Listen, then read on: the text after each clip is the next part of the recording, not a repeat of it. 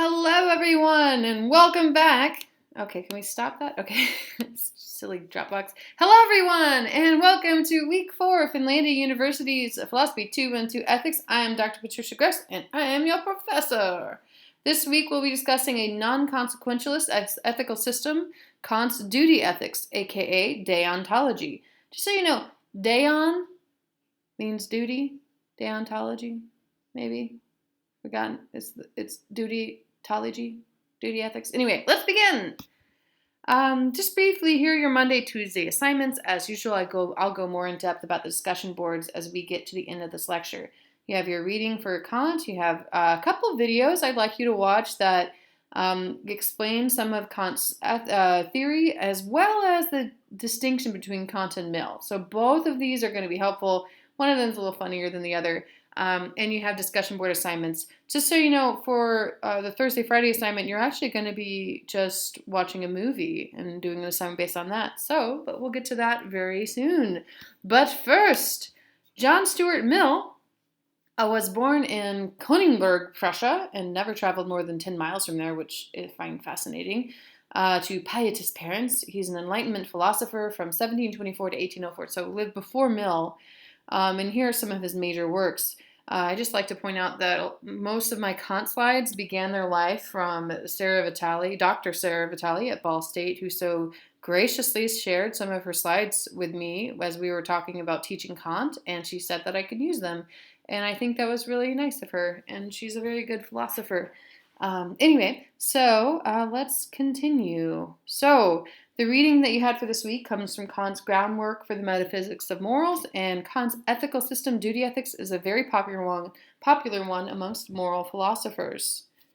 So, let's get started where Kant gets started. Kant doesn't start with the desire for happiness as the be-all and end-all of all human life, like Aristotle and Mill. Instead, he begins with the good will.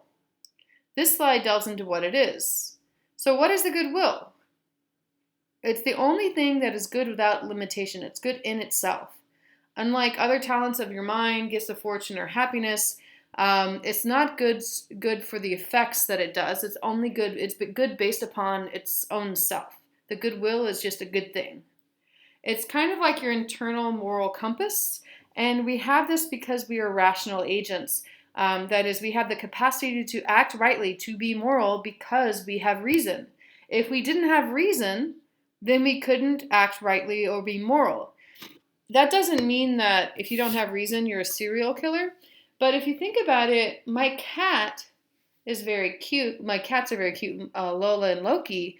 They're very adorable, right? But they can't really act morally because they don't have the ability to know what they're doing is right or wrong.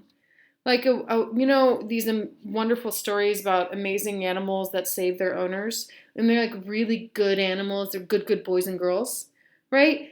Those animals are not acting morally, and it'd be kind of weird if we said they were, because that sort of intrinsic nature of the animal itself, according to Kant, would lead it to do those things. Perhaps the superhero dogs and cats that save their owners are kind of more like the best examples of the breed, but they're not acting morally because they don't have reason. So it's the fact that we have reason that allows us to be moral and that allows us to have the goodwill, right? It's kind of like saying, I know what right and wrong is, I just choose not to do it, or I choose to do it, right? Kant says that two things fill him with wonder: the starry sky above and the moral law within, right?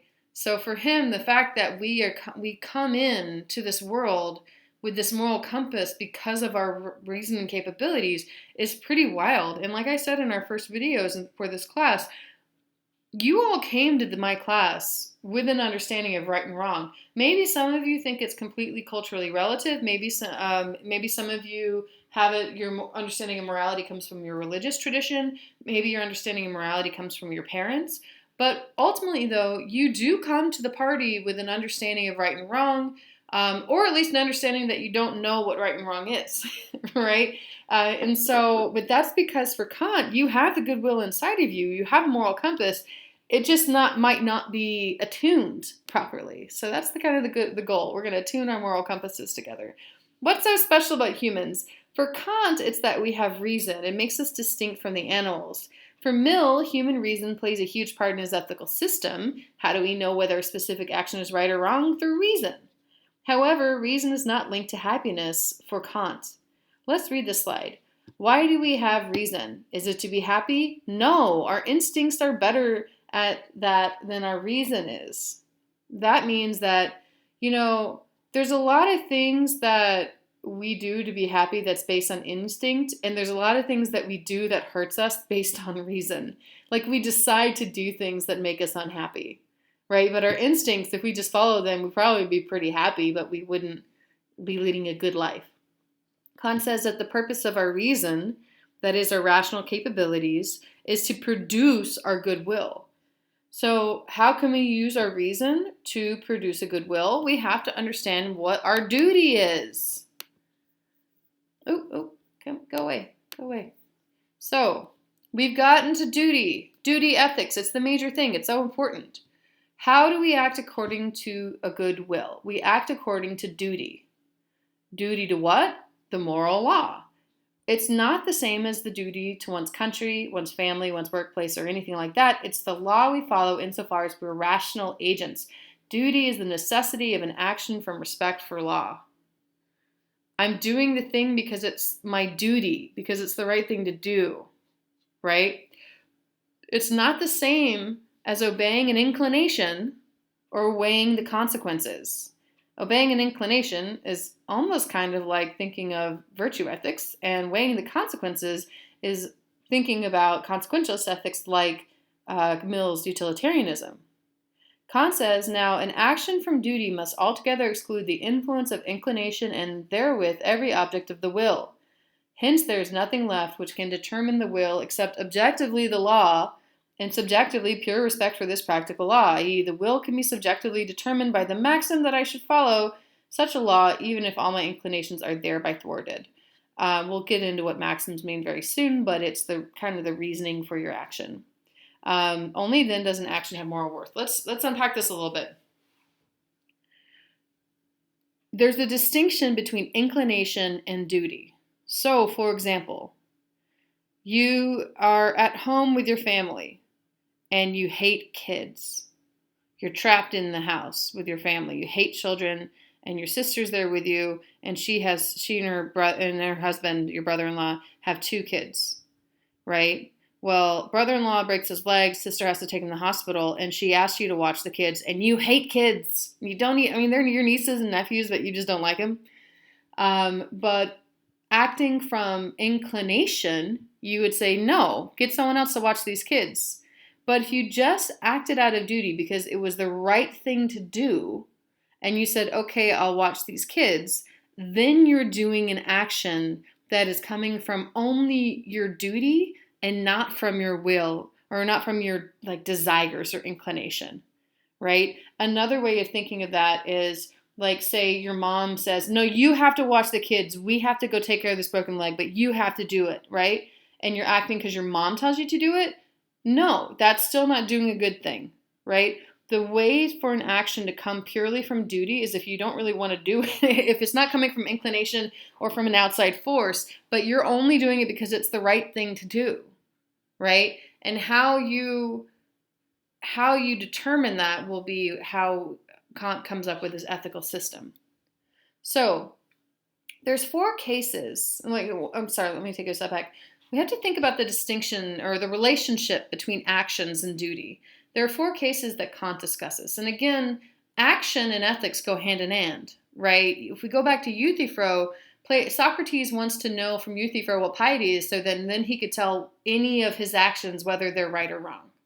If you know what piety is, you can tell if your actions are right or wrong. Mill says that if we want to see if an action is right or wrong, we have to figure out the effect it has on people, right? In this case, we're looking to see if the action comes from duty or not, or what's the relationship between action and duty. So number 1, there are actions that are contrary to duty. If you say, no, the kids have to watch themselves, maybe that's contrary to duty, right? Actions which accord with duty and the actor has no immediate inclination, but she is impelled by some other inclination, that's the second type. Actions which accord with duty and the subject has in addition an immediate inclination, that's the third. Actions with accord to duty but are contrary to some immediate inclination, that's mostly from duty, right? So those are 4 kinds of actions, 4 kinds of cases. And what I have on this slide are several examples of actions. And what I would like you to do for a small bonus that would be due by Friday of this week, I would like you to go through these actions and figure out which of the cases they connect to, right? Okay, so propositional logic, it's a type of logical thing that Kant is doing here. If you want to know more about logic, please take my Introduction to Logic course in the fall. But otherwise, here are these 3 propositions that come from the reading. 1, an action must be from duty to be moral. 2, an action done from duty has its moral worth, not in the purpose that is to be attained by it, but in the maxim according to which the action is determined. That is the reasoning for. We're going to get to what maxim means very soon. Number 3 is duty is the let me repeat that. Number 3, duty is the necessity of an action done out of respect for the law. Duty is the necessity of an action done out of respect for the law. If your moral law tells you to do it, you have to do it, right? So this leads us to what is known as the categorical imperative. What is the law that we have a duty to do? How do we know what we have a duty to do? Through the categorical imperative, of course. So everything obeys laws in nature. Rational beings are the only ones who can understand the law and represent the law to themselves. That is, we're the only ones reflecting on the law. Like, my cat eats food or chases a mouse, right? When my cat kills a mouse, it's either doing a good or a bad thing for it in itself. It might be good or bad for me because I have to clean up mouse guts, but it's not bad for the cat. The cat didn't do a bad thing. I mean, in some way, like the cat's doing, like, he's being a good cat, right? But he's not being moral. I'm referring to Loki here because he's the mouse murderer. Okay, so So we have a will because we can understand the law. We have the capacity to have a good will. The law that we give ourselves is the categorical imperative. Categorical means it's unconditional. It always applies. It's not hypothetical. An imperative, it's a command of our reason. Obeying it is the duty. So the first formulation he gives of the categorical imperative is, I should never act except in such a way that I can also will that my maxim should become a universal law. We will unpack this in just a second. So the categorical imperative, again, is act only according to that maxim by which you can at the same time will that it should become a universal law. Well, let's think about this. What's a maxim? O'Neill's definition is a person's policy, the principle underlying the particular intention or decision on which he or she acts. A principle of volition is the same thing, right? In a lot of ways, it's your personal reasoning for doing or thinking, or like your reasoning for deciding to do something, right? And again, categorical means it's unconditional and always applies. Imperative means it's a command of reason. So act according to that maxim or reasoning by which you can at the same time will that it should become a universal law. Do you want everyone acting this way? Do you want not just acting, but do you want everyone to have the same reasoning? An example of this is, I really need to pass my ethics course, so I'm going to cheat on the paper in order to get a good grade, right? Well, the maxim isn't, it's okay for me to cheat on ethics papers. The maxim is something like, it is okay for people to cheat if they need to or want to. Well, do you want to live in the world where everyone does that? Because that cheating is a big thing. It's not just papers. People can cheat on their taxes. People can cheat on their spouses. Doctors can cheat on their medical board exams. Do you want to live in the world where that's okay? Then if the answer is no, which I hope it is, you realize that you don't want just cheating when you need to become a universal law. Therefore, you know that cheating on your ethics paper is immoral. So this slide is kind of fun because it's this Kantian maxim checker. Again, Sarah put this up here. Is awesome. So what is my maxim? Number one. Number two, make it a universal law. Is this thinkable without contradiction? That is, are you okay with it? If it's not, following it breaks perfect duty. If I can think it, I can move on to step three. Is it willable? Would I, as a rational being, desire to be brought into effect as a natural law? If not, following it breaks an imperfect duty. And B, if I can think it and will it, then doing it has moral worth. So that's a pretty fun slide, and it'll be relevant to you as you continue on. One of the primary duties that Kant gives us is to never treat a human being as a means rather than an end. What does this mean? When I ask my friend Emily to give me a ride to work, in some ways I'm using her. However, Emily is not just a car for me. We spend time with each other, engage intellectually with each other, and support each other. We both respect each other as our own person. Right? We have a duty to each other. I don't know why I put so this slide here tells us about difference between perfect duties and imperfect duties, but a major duty that we have is to never treat another human being as an object, right? To always treat them as if they're beings that are capable of always exceeding their situation. We'll get into that in a second.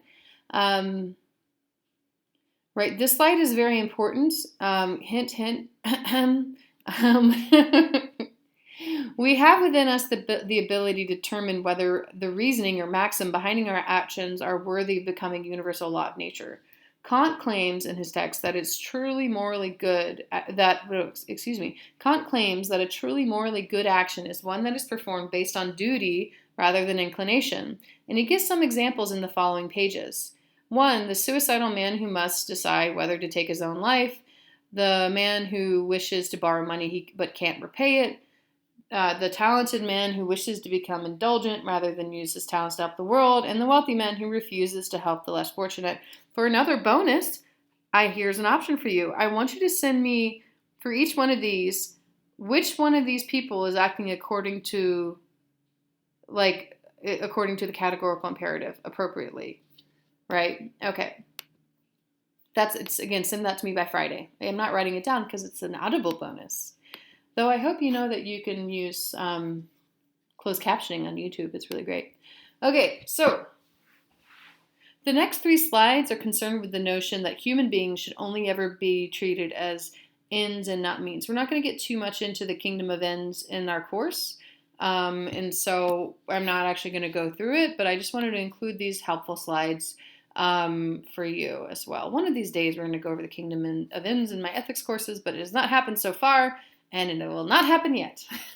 So, for our discussion board on Monday and Tuesday, Immanuel Kant's duty ethics is very complicated and difficult to grasp. However, there are 2 basic fundamental facts of this theory. 1, we should act according to the categorical imperative, and which states that we should always act according. That states we should act according to that maxim, by which you can at the same time will that it should be a universal law.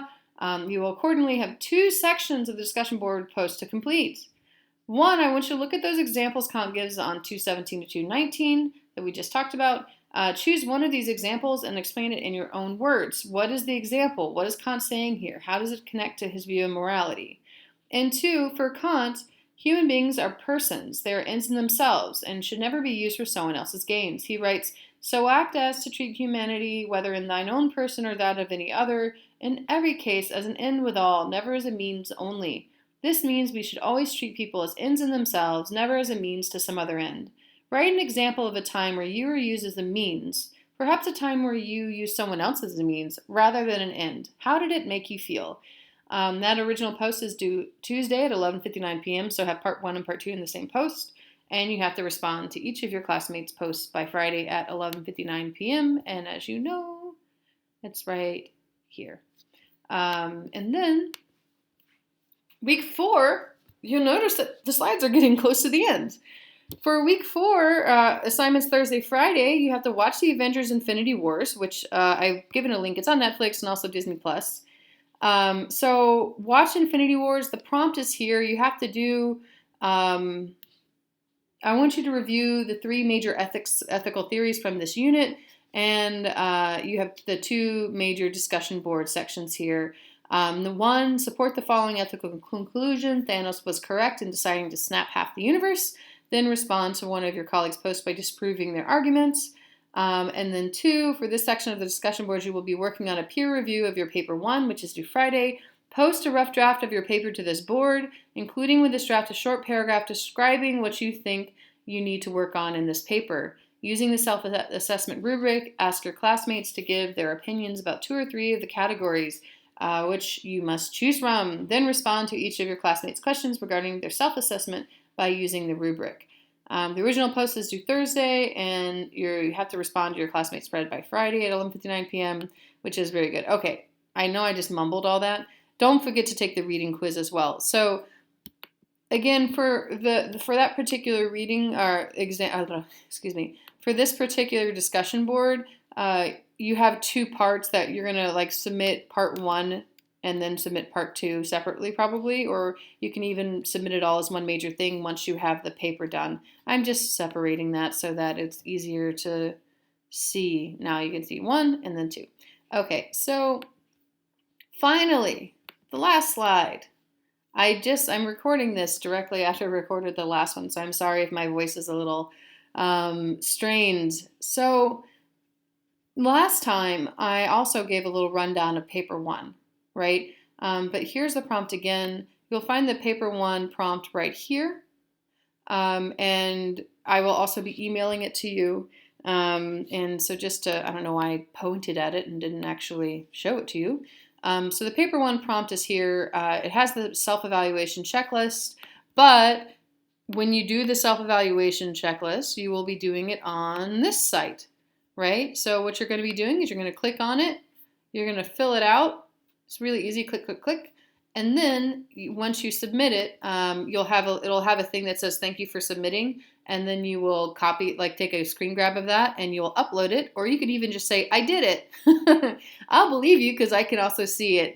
This is for assessment purposes, but I'm not going to be grading based upon what you say that you should have. So if you give me like an A- paper, but you say it's a B+ paper, I'm not going to defer to your opinion on that. I'll give you the A- instead. But I just want you to be honest in how you answer this paper 1 evaluation checklist. But this is all here. All the information about the paper is here. The email that I send you this week is also going to have information about the paper. But remember, you're comparing and contrasting 2 positions from the history of Western ethical thought with regard to a specific ethical issue that you choose from that comes from one of the 2 movies we watched in class. So please take a look at this. I'm really looking forward to what you do this week. I love this. I love reading your papers. They're so fun, and I'm really looking forward to see what you do with these ethical situations in these science fiction worlds. Don't forget to take the reading quiz on Kant, and that is it for this particular lecture. Goodbye.